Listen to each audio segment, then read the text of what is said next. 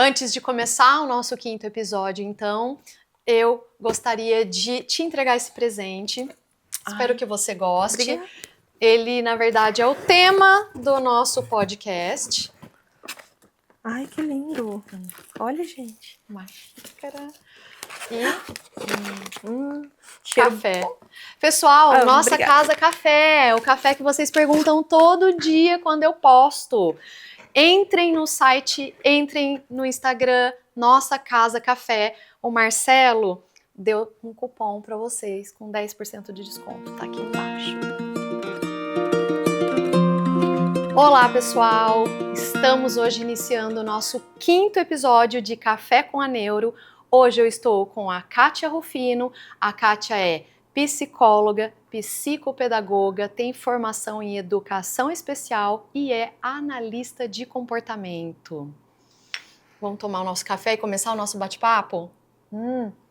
Enquanto tá quente. A Kátia tem uma clínica aqui em Limeira que trabalha apenas com transtorno do espectro do autismo. Então hoje a gente vai falar um pouquinho sobre o que ela faz nessa clínica, o que acontece no dia a dia, como que é a nossa comunicação, porque nós trabalhamos muito em equipe, inclusive a Kátia faz parte da minha equipe, e vamos tirar algumas dúvidas que aparecem no dia a dia. Kátia, hoje sabe-se que autismo é trabalhado em modulação comportamental baseado em ciência ABA. Explica um pouquinho pra gente o que é ABA. Bem lembrado, assim, a questão da ciência, né? Então, a gente tem que reforçar o tempo todo para a comunidade de que a ABA é uma ciência, né? E a ABA, ela vem para promover, né, as habilidades funcionais dessa criança, como que ela vai se comportar no ambiente. Então, ela foca em observar, entender e compreender todos os aspectos que essa criança está necessitando de apoio, né? Então, nós, analistas do comportamento, somos responsáveis pela análise funcional de cada área e fazer a aplicação, modulação de todos os desenvolvimentos dessa criança. Então, eu acho que essa modulação explica muito, né, Kátia, por que a criança que chega lá para você, a gente tem que pensar em uma carga horária tão alta. Explica para os pais por que a carga horária de ABA é importante ser alta, não é igual uma criança que tem um transtorno de ansiedade e faz 2 horas semanais de terapia cognitiva. Conta um pouquinho sobre essa carga horária em ABA. Isso é muito interessante. Quando eu comecei lá atrás, né, na avaliação, né, de ABA, e todo mundo me questionou muito, Lívia, sobre essa questão da carga intensiva, né? E quando a gente faz o planejamento, não é um planejamento aleatório, existe uma avaliação pautada onde vai explicar pra gente os marcos de desenvolvimento que a criança precisa. Então, dentro dos marcos de desenvolvimento, a gente vai e gerencia o tempo. Então, se eu tenho um marco, a criança está lá com 4 anos e ela corresponde ao suporte nível 1 ainda de avaliação, que o nível 1 ele vai parar a criança de 0 a 18 meses, ela já está com 4, isso justifica que a carga horária dela não dá para ser 5 horas semanais. Então ali ela tem que ter uma carga mais intensiva de 10 horas ou 15 horas, para que a gente consiga movimentar todo o planejamento de comportamentos disruptivos, com crises que vão ocorrer e mais a aprendizagem da criança no decorrer do tempo dela. Tá. Então a gente precisa gerenciar todo esse movimento dentro do consultório, estruturando todo o aprendizado. Um planejamento, né? Tem todo um planejamento a ser feito. E o planejamento ele vai amplo, né? Ele vai desde a parte estruturada e da parte ambiental. Então a gente está na estrutura clínica, mas a gente utiliza os ambientes que seria parques, escolas, casa, né? A gente movimenta todo o tratamento dentro da análise, entendeu? Não é focado num ambiente só. Exatamente, e isso é extremamente individual, então você deve pegar bastante caso, deve não, isso é o real, muito heterogêneo, então você precisa fazer todo esse planejamento totalmente voltado para cada demanda de cada criança. Como que é isso no dia a dia? A escuta à família no primeiro acolhimento é a melhor parte, porque é onde você consegue colher bastante informação da qual você vai gerenciando o que é prioridade para aquela família e não para a gente como terapeuta. A gente tem as nossas questões, porém a gente tem que ouvir muito o que a família está precisando, né? Então a gente vai fazer o planejamento voltado para isso, para sanar as emergências e depois trabalhar tudo o que precisa. Então não dá para aproveitar o planejamento do pacientinho A com o pacientinho B. São totalmente diferentes. tá? Porque é um espectro, e os espectros são diferentes. É algo muito amplo, né? Complexo e dinâmico. Semana passada eu conversei com a Sara TO, que faz parte da equipe, e ela falou sobre essas questões comportamentais em casa. Então eu entendi que você quis dizer isso. Não adianta chegar e fazer um planejamento, tem que primeiro ter a escuta para a gente poder organizar esse dia da família, esse dia a dia, e depois a gente trabalhar o que falta. É isso. Quais são os maiores acontecimentos dentro de casa que vocês precisam manejar para dar continuidade a todo o trabalho feito dentro de uma clínica? Sim, o que acontece na casa acontece por um período muito longo. O que eu vivencio na clínica são 2 horas. Então, o que a gente precisa pensar enquanto o impacto daquilo, porque às vezes a criança não acontece nada comigo na clínica, gente. Ela fica num comportamento totalmente adequado, né? Então, às vezes eu recebo vídeos dos pais para me mostrar o que está acontecendo em casa. Então, assim, a gente já teve visita, eu e a TO, na casa da criança, e que a criança chora no banho, e o choro é fora do normal, entendeu? E que não aconteceu com a nossa visita, porque o comportamento dela com a gente é diferente, mas com a família muda.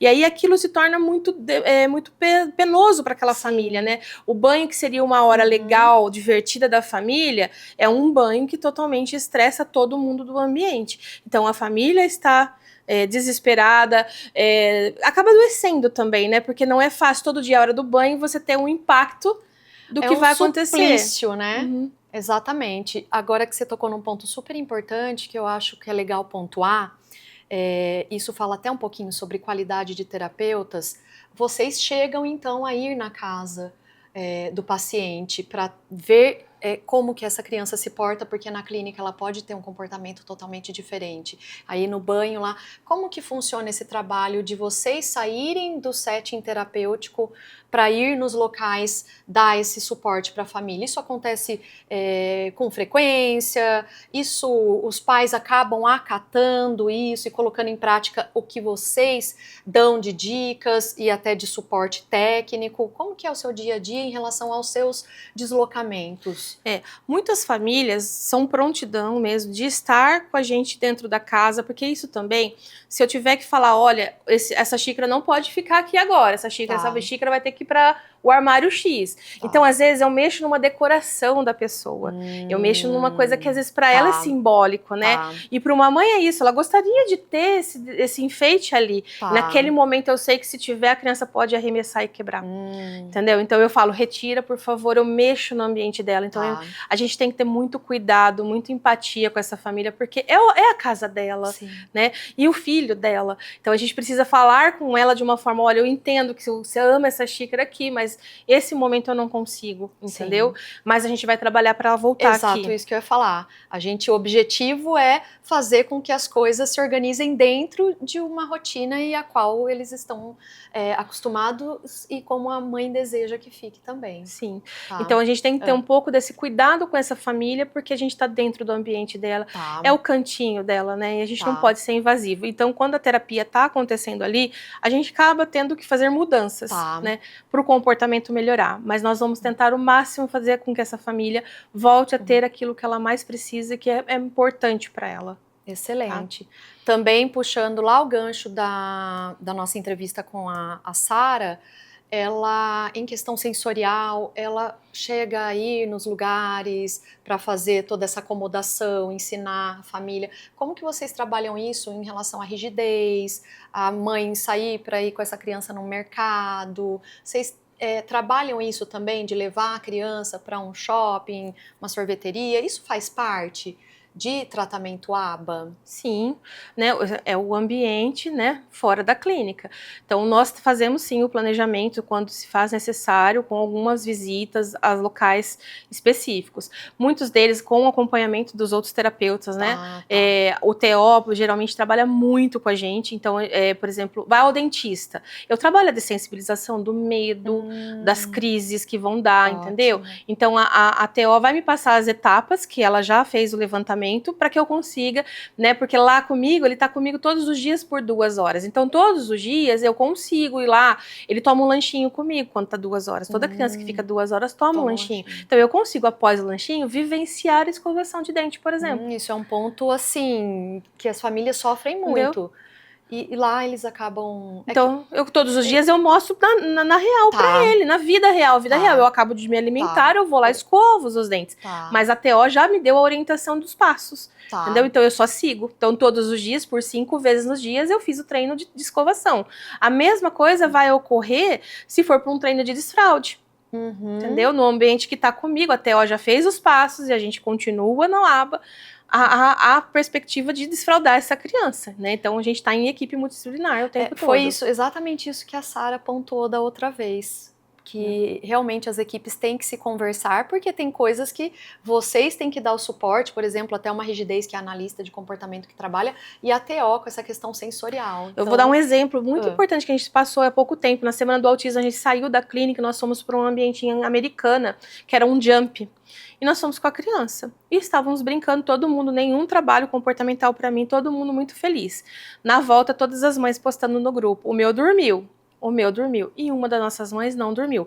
E ela me chamou na hora lá que ele estava brincando. Ele subia, ele escalava, ele colocava no trampolim como se fosse um mergulho, ele mergulhava naquelas espumas. Ele estava muito feliz para mim e ele estava super organizado.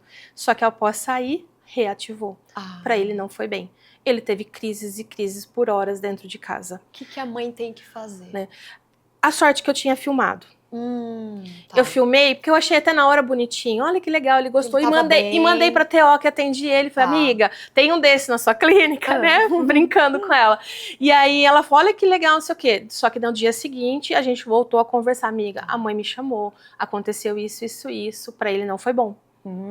Entendeu? E aí ela me explicou toda a base sensorial dele que reativou. Então, é um brinquedo agora que a mãe sabe que não pode. Ou entendeu? Seja, você vê como que isso é tão peculiar, né? E ele foi lindo, maravilhoso na ida e na volta. Foi 1 hora após o passeio que ele teve crise. Isso acontece com tanta frequência. Como é difícil manejar, né? Porque cada criança vai ter uma surpresa diferente de comportamento. E pra mim, na área comportamental, tava tudo bem. Foi pós. Não adianta, é tudo intrínseco. Sim. E essa base do filme que a sorte que filmou, ela viu tudo, a alegria dele, né? Pra vocês mostrarem, né, que tava tudo bem nesse setor. Sim, tava ocorrendo tudo bem. Sim. Mas depois ele ficou super estipulado e aí não deu certo pra ele.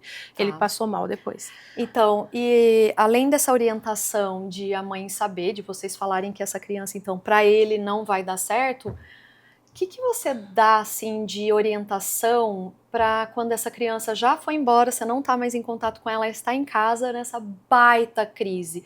Então a TO vai dar as dicas sensoriais e a parte de psicologia, de análise de comportamento. O que essa mãe pode estar fazendo em casa lá 9 horas da noite e a criança tendo realmente uma desorganização grande? Então, a gente tem que analisar, quando a gente conhece bem essa criança, eu já tive ligação da mãe com a criança chorando às 8 da noite, berrando, porque ele não queria que colocasse o lençol. E aí ela tem mais filhos. E aí ele chorava muito. Eu falei, mãe, acho que agora não é a hora da gente comprar essa guerra, agora é a hora de todo mundo dormir. Então eu preciso que deixe fazer, ele queria dormir sem o lençol. Eu falei, não tem problema ele dormir sem lençol, não tá prejudicando a vidinha dele. Então deixa ele sem lençol e vamos analisar o que aconteceu, né? O que antecedeu para as crises chegarem ao ponto que chegou. E aí conversando com ela, a gente foi identificando, eram os bichinhos do lençol, que a partir do momento que ela coloca o lençol liso, ele se acomoda e dorme. Entendeu? Mas aquele dia, naquele momento, ela precisava colocar os filhos para dormir, não tinha como ela continuar. E eu não estava perto dela às 8 da noite, eu estava falando pelo WhatsApp. Então eu falei assim, mãe, por favor, não entra nessa guerra agora, vocês precisam todo mundo ficar bem. Então agora deixa, a gente vai analisar. E aí no outro dia, conversando com ela, colhendo informação, mas o que aconteceu antes? Por quê?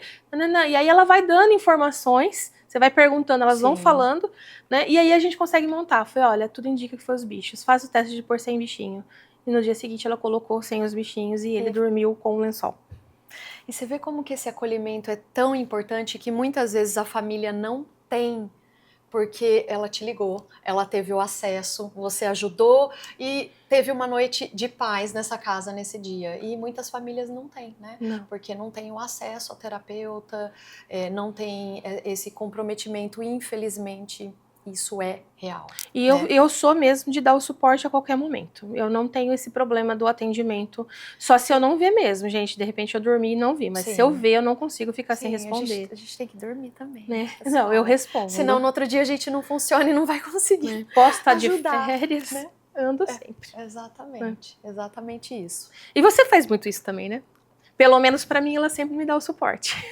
Todas as vezes que eu chamo. Produção aqui, eles adoram esse bate-papo. Né? Já cheguei, ela está voltando de viagem, ela tá me respondendo sobre medicação. Me manda um vídeo da criança, eu mando. Ô, Kátia, eu acho que a gente se fala todo dia quase, né? Não, eu acho que sim. Eu acho que todo dia, porque nós temos muitos pacientes em comum, a gente é uma equipe.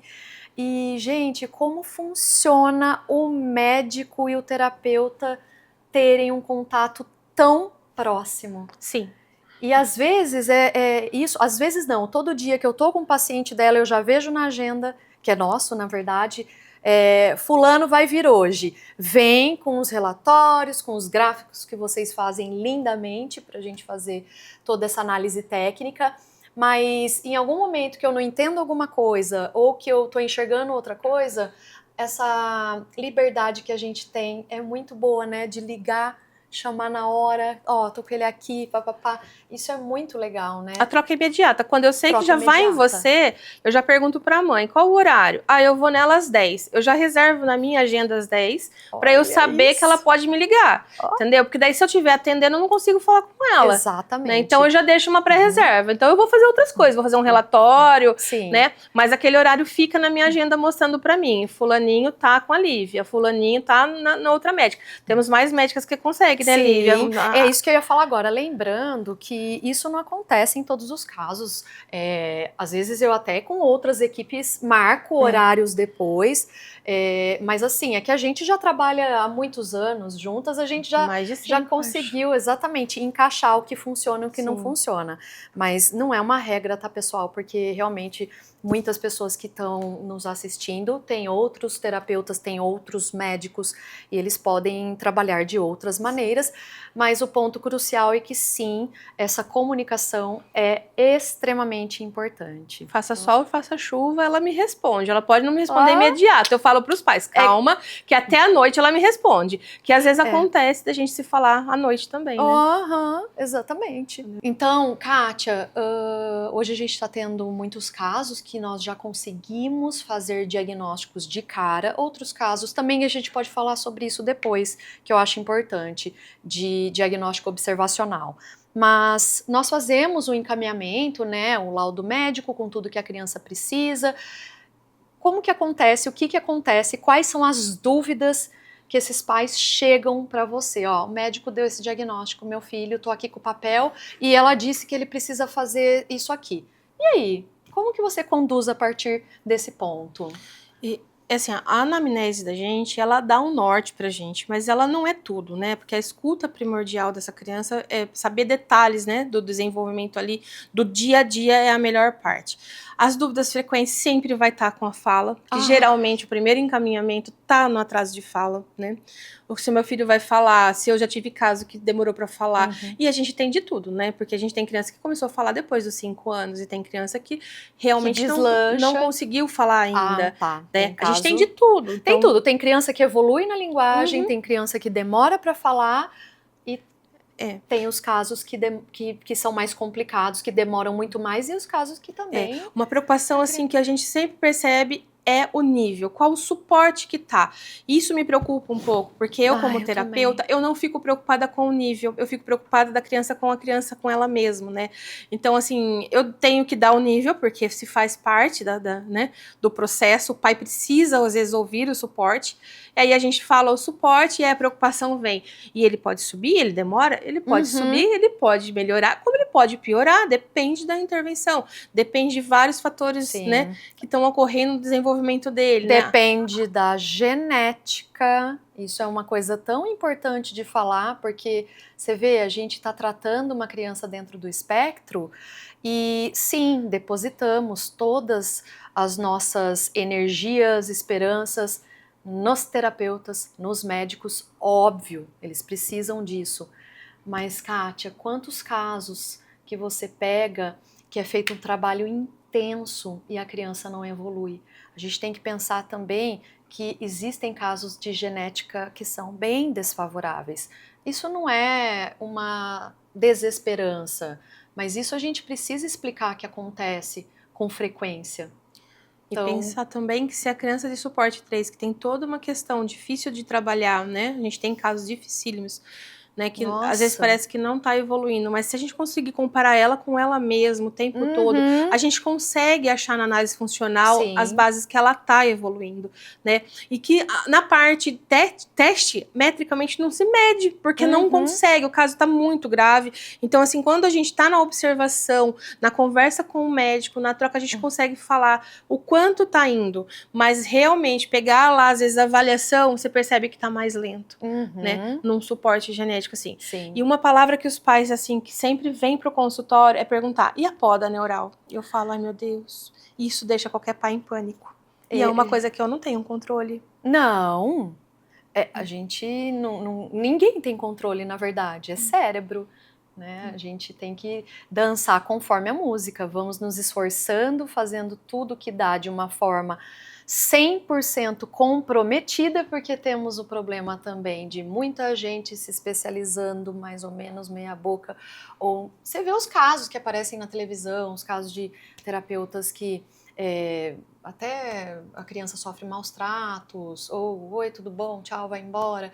Então, apesar de todo o comprometimento, a gente não pode esperar que seja uma matemática. O cérebro, infelizmente, não é uma matemática. Sim. E é uma epidemia de profissionais dizendo que é analista, né? A gente está passando por essa fase, né? Então, pai, tem uma epidemia, cuidado, né? Olhe para a qualificação, né? Exija que te mostrem tudo isso. Você tem direito de saber quem está com seu filho. Falando nisso, se os pais não veem melhora, e eles cobram isso do analista do comportamento, tem toda essa supervisão, o que o médico pode aconselhar essa família? É assim algo, vamos trocar de equipe? Porque eu já fiz muito isso. Mas você acha realmente que é assim que se mede se essa equipe ou esse analista está trabalhando direito ou não, apesar de todos os fatores que a gente citou aqui anteriormente? Se o pai está com um analista ligado em reuniões parentais, né, orientações parentais, acompanhando bem o que está sendo evoluído, né, e entendendo um pouco sobre o filho dele, porque a gente também precisa estudar um pouquinho sobre o filho da gente, as dificuldades que essa criança tem. Então o pai está lá estudando com você, trocando comigo, com a TO, com a fono, ele vai vendo o que aquele analista está fazendo e que existe um problema diferente no filho dele ali, que não está dando certo. Então ele pode muito bem gerenciar na questão se tem que ter uma troca ou não. Mas se ele não está acompanhando, está deixando para a equipe gerenciar, para que fique só na mão dos terapeutas, aí fica difícil a dúvida do pai de saber se a terapia tá indo bem ou não, né? E eu acho assim, se realmente tá um X de tempo e você ainda não tá satisfeito, às vezes assim, deu o tempo daquele profissional e você pode realmente procurar outro qualificado para trocar. Não tem problema nenhum com isso, né? Porém, a gente precisa saber se você também faz a sua parte, se você também, pai, cumpre tudo que a terapia tá colocando, né? Porque às vezes a gente tem pais que não conseguem. Eu entendo todo o sofrimento, eu entendo toda a demanda, eu respeito tudo isso, né? Mas às vezes a gente percebe que às vezes não há nem a tentativa. Então estão falando lá, olha, preciso que você passeie com o seu filho daqui da sua casa até a esquina. E você não fez. Então não tem como ampliar o repertório de saída de passeio se você não conseguiu fazer o mínimo, que era do portão da sua casa até a esquina, né? Então a gente vai dessensibilizando, fazendo a criança aprender que ela tem como ampliar o repertório de passeio, mas a primeira etapa você não conseguiu cumprir, né? Eu não consigo também evoluir. Nossa, mas isso é uma tecla batida pela ciência inteirinha, que sem o trabalho dos pais a gente não consegue evoluir muita coisa. Então, realmente é isso, um tratamento que em muitos lugares, inclusive a gente vendo os estudos, Estados Unidos, como que funcionam as terapias lá, eles valorizam demais a psicoeducação com os pais. Mas muito mais, é uma cultura até diferente da nossa aqui no Brasil. Porque aqui, Kátia, o que acontece? Precisa de toda análise técnica, trabalho técnico de com quem é formado, todas as equipes, mas aqui é muito mais jogado para a equipe do que se fazer o papel em casa. Então, é de suma importância que eles entendam isso, né? Que isso faz parte do tratamento e aquilo que você acabou de falar, por mais que eles estejam cansados, sobrecarregados, não tem como a gente pular essa parte. Eu acho que fica uma dica bem importante para os pais, buscar as vitórias dos filhos, sabe, as conquistas. No consultório a gente sente muito essa dificuldade. Então a criança consegue pequenas etapas e o pai às vezes não consegue. Às vezes o problema de comportamento é tão grande que a pequena etapa que o filho conquistou fica secundário. E não, aquela etapa é muito importante. Então, saber essas vitórias do filho, sabe? Saber quem é seu filho, porque todas as vezes que a gente pergunta como que foi, como ocorreu, a gente percebe que o pai tem dificuldade de relatar quem é o filho, o que gosta e o que não gosta, o que irrita, o que não irrita, o que entra em crise, gente. A gente precisa que vocês saibam esses detalhes dos filhos, né? E precisamos também que vocês observem que se a troca com a equipe, que o que vocês trazem pra gente tem um valor enorme, é onde a gente consegue modular e trazer qualidade para vocês. Então, vocês precisam estar atentos a tudo isso. Eu sei, eu entendo, é uma rotina exaustiva.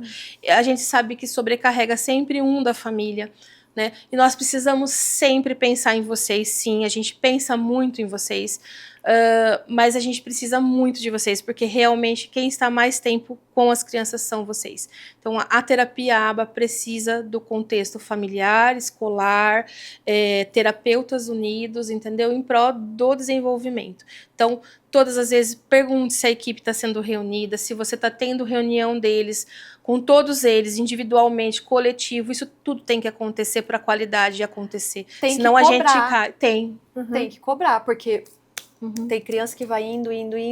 E assim, quem tá aqui me assistindo, que é meu paciente, já conhece essa frase que eu falo todos os dias no consultório.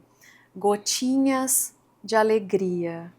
Então, não chegou aqui na consulta sem falar e daqui 2 meses vai chegar falando. Mas agora já melhorou a intenção, o olhar compartilhado que antes não existia, que é isso, tem coisas tão menores que eles não conseguem valorizar. E eu falo, a partir de hoje vocês vão valorizar as gotinhas de alegria. Essa jornada é degrau por degrau. Você constrói uma casa como? Eu quero construir uma casa nova. Eu vou lá e a casa tá pronta? É um tijolo, outro tijolo, outro tijolo.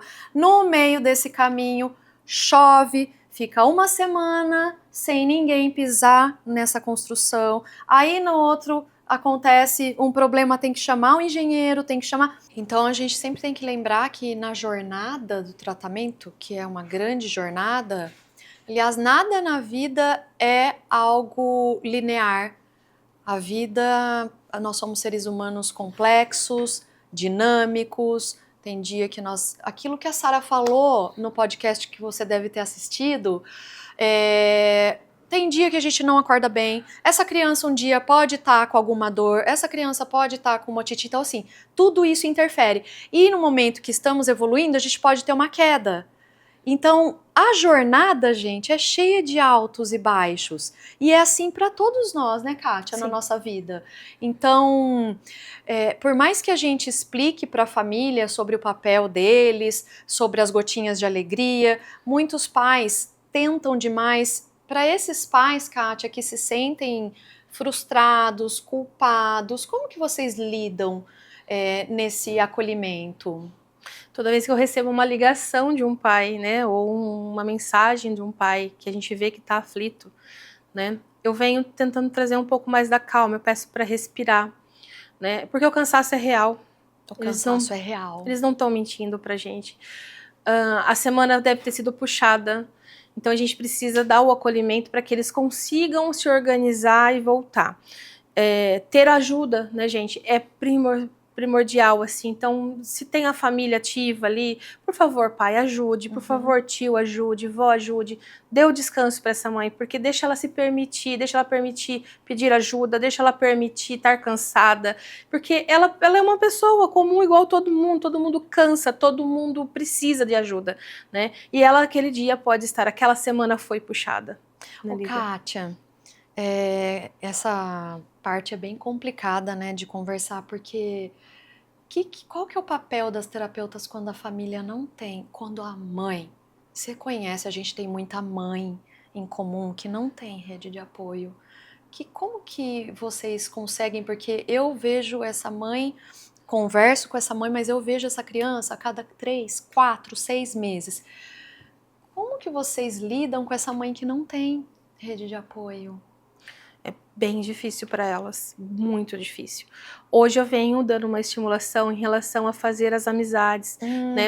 Então, assim, quando eu fiz o passeio para eles lá para o Jump, muitas mães foram. E uma das conversas, ela falou assim, eu vim porque todo mundo aqui sabe que meu filho pode ter crise, então eu tô no meio de todo mundo igual e os olhares não vão acontecer. Então, assim, os grupos de mães da recepção, eu falo, a minha recepção vira uma festa, gente. Tem bolo, tem café. E né? praticamente um salão de cabeleireiros, Não. porque meu filho isso vira até uma sala de fofocas entre mães, né? Isso é muito bom. Tem dia que eu acho que vai ter até um drink lá no meio, de tanto que elas estão rindo. E tá tudo bem. Eu tenho que permitir isso para elas, porque elas precisam, às vezes é só aquelas 2 horinhas que elas estão tendo um tempo para falar com alguém que não seja sobre o problema do filho. E muitas vezes estão falando sobre o problema do filho, né? E também tem aquelas pessoas que eu falo, se joga a gente para baixo, não é apoio, por favor, fiquem longe, tá? E também, assim, às vezes acontece os receituários, isso também me preocupa, né? Meu filho tomou tal coisa. Ah, não, isso daí é um papo que... Né, pai, por favor. Eu brigo, eu sou briguenta, eles sabem. Então... E eu pergunto, você ligou pro médico?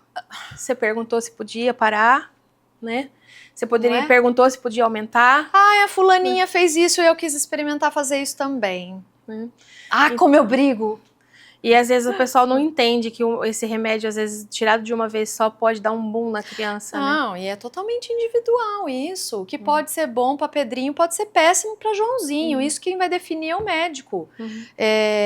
Você falou aí da sala de espera. Eu tenho um caso que até é paciente seu também, que as mães se juntaram e elas fazem uma noite do vinho.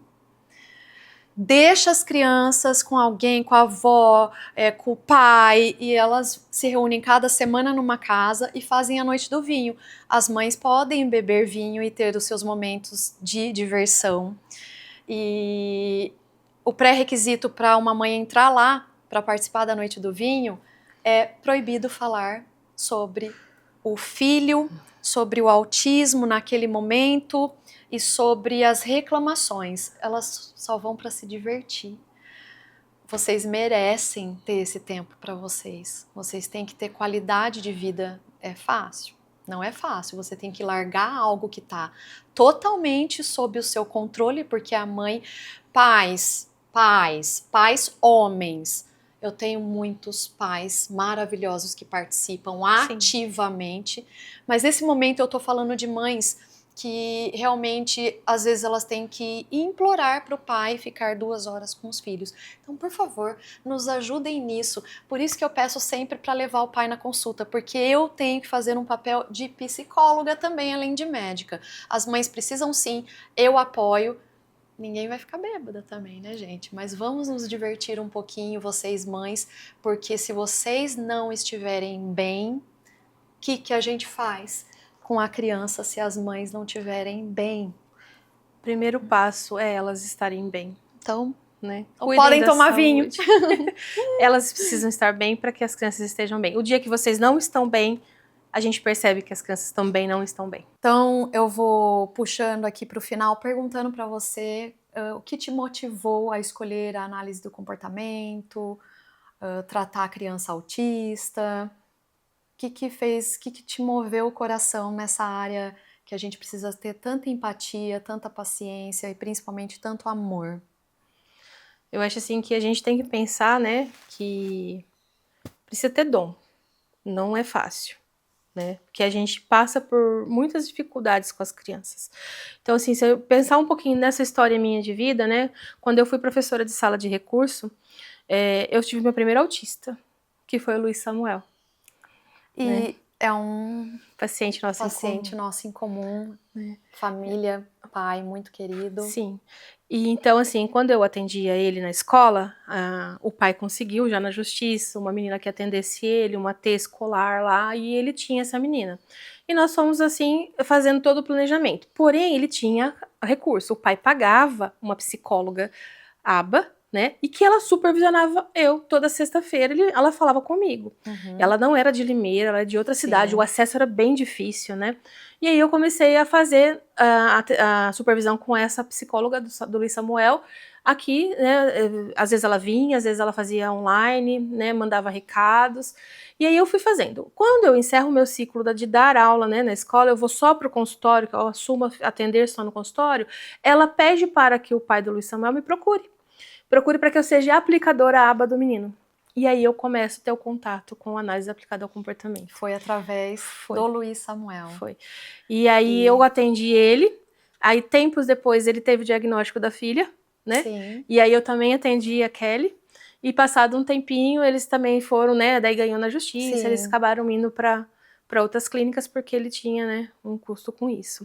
Então, assim, é uma criança que mora no meu coração, é a minha história, ele sabe disso. Na reinauguração da minha clínica, eu convidei ele foi, amei ter ele presente lá, né? Então, meu beijo aí pro Luiz Samuel e pro Carlinhos. O meu também, lembrando que o Carlinhos, ele autorizou a Kátia a falar do Luiz Samuel aqui, um paciente tão querido. Inclusive, eu vou vê-lo semana que vem, que ele já tem consulta agendada comigo, Carlinhos. Vamos lá, traga novidades e vamos ajustar tudo o que precisa, né? Porque é isso, gente, acompanhamento da criança, o acompanhamento médico é sempre a gente querer melhorar. E continuando sobre isso, como que fica o seu emocional no fim do dia, no fim do mês, ou quando você tem casos difíceis? Como que você lida com essa escolha que você fez? Bem, a gente tem terapia, né? Acho que todo terapeuta precisa ter seu terapeuta, né? Então eu me organizo bastante nas minhas terapias semanais, porque realmente a gente leva para casa, né? Eu sou muito intensa, eu sou muito coração, né? Quem me conhece sabe disso. E às vezes eu sofro sim, né? Como todo mundo. Mas eu tento me organizar com minhas terapias e tento também trazer essa segurança, né? Eu sou mãe, eu sou filha, eu sou esposa e sou psicóloga dessas famílias. Então eu não sei viver sem a psicologia, eu não sei o que seria de mim sem a psicologia. Eu não sei viver sozinha, né? Então eu gosto de estar com pessoas perto de mim, eu gosto de estar conversando. Então, de uma certa forma, a minha profissão não é um peso para mim. Eu gosto de tudo que eu faço com amor, eu levanto muito bem, sabe? Posso, assim, nas minhas orações todos os dias eu peço, Senhor, me capacite amanhã para que meu dia seja melhor do que foi hoje e que eu traga para as minhas crianças o melhor que eu posso dar todos os dias. Então, baseado em tudo isso que a Kátia falou, eu acho que é muito válido a gente dizer que, por mais que vocês tenham bastante sofrimento, um dos papéis nosso do médico é acolher, e ela falou que ela é muito emocional, muito emotiva, sente demais. Eu sou assim também, Kátia. Então, o meu recado para vocês, pais, contem com profissionais que tenham essa empatia. Vocês me ensinam muito, vocês nos ensinam muito. Nós também trabalhamos o nosso lado emocional, o nosso lado humano. Quem está em volta de nós percebe isso. Então, o que eu gostaria de dizer com isso é que vocês podem contar com a gente. Nós somos preocupados. Sempre um médico vai querer que o paciente volte melhor no nosso consultório. Então, nós estamos com vocês nessa luta. Nós não deixamos por estar. Ela quer que o paciente volte e fique cada dia melhor.